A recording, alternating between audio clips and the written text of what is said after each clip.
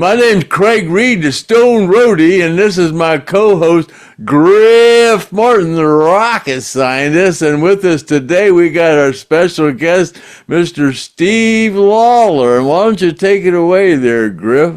Yeah, it's really great to have Steve Lawler on here.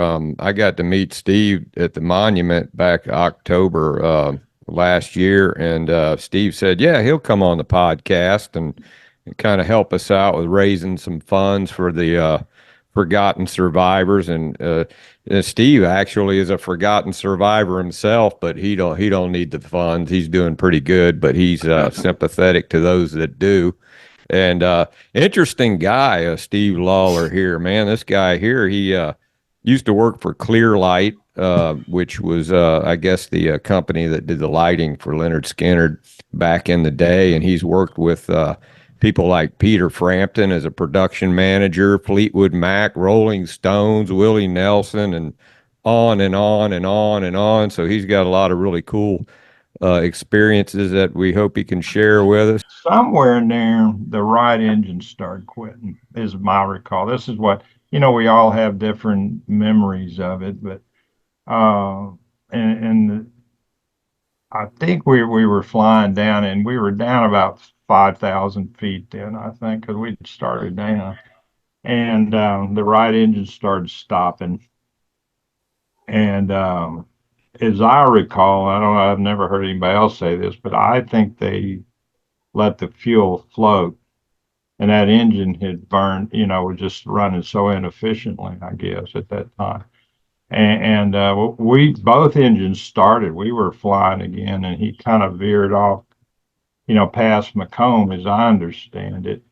People have different opinions of that, but I never saw fire in the plane. You couldn't. It was during the day. You wouldn't have seen it.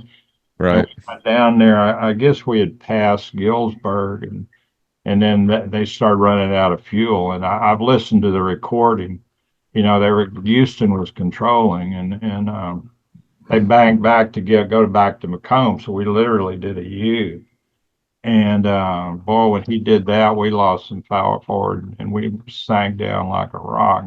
That's when I was telling you, I swear, but it's not true, that there was some power lines we nearly went right over. But I've looked for them and asked for people, because it's kind of one of my nightmares, Right. For a long time, I'd sit there and have a dream about not being able to get high enough or low enough, go under the, whatever. And we started, then we were banking around, so I couldn't see where we were headed, because, the wind is a little, and I'm just looking kind of up at the sky, and the engines are kind of trying to start, and I guess they put them in neutral, somebody said, I don't know.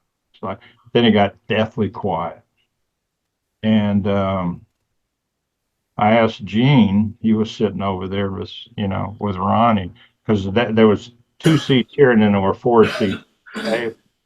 And I asked Gene. I said, "Do you see where we can land?" That was the first time I really kind of started worrying about. Mark Howard had kind of made some comments. But me, I was just the eternal optimist, and I thought we were gonna make, land. I don't.